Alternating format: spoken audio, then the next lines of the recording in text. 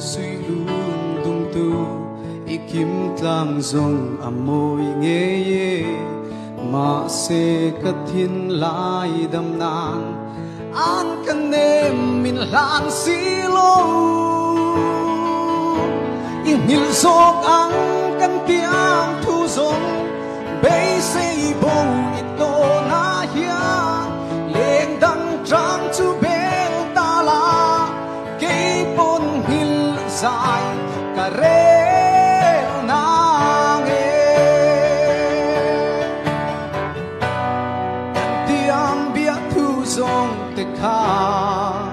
tu na zong hil la trul ta si leng dang trang chu bel ta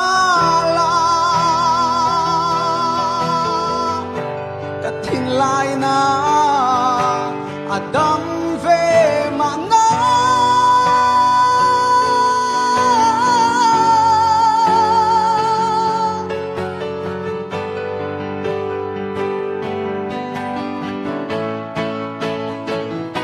in hil zok an kan tiam thu zong bay say bo ito na hian leng dang trang chu bel ta la cây pon hil dài cả rêu na nghe Kalome dân khua lâu lại lệ ta mô chốt tha lâu e cây ca tan lom na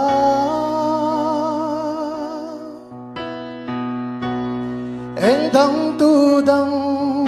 ai lâu tên cái rel ta nghe đi ru na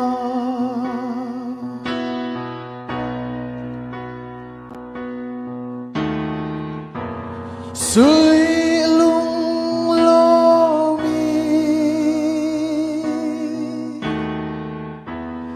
lel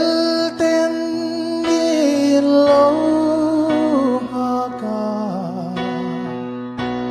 sen lai nào ya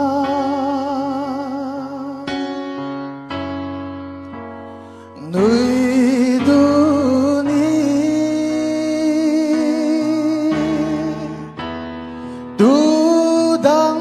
lên đăng rèn hi cần ngã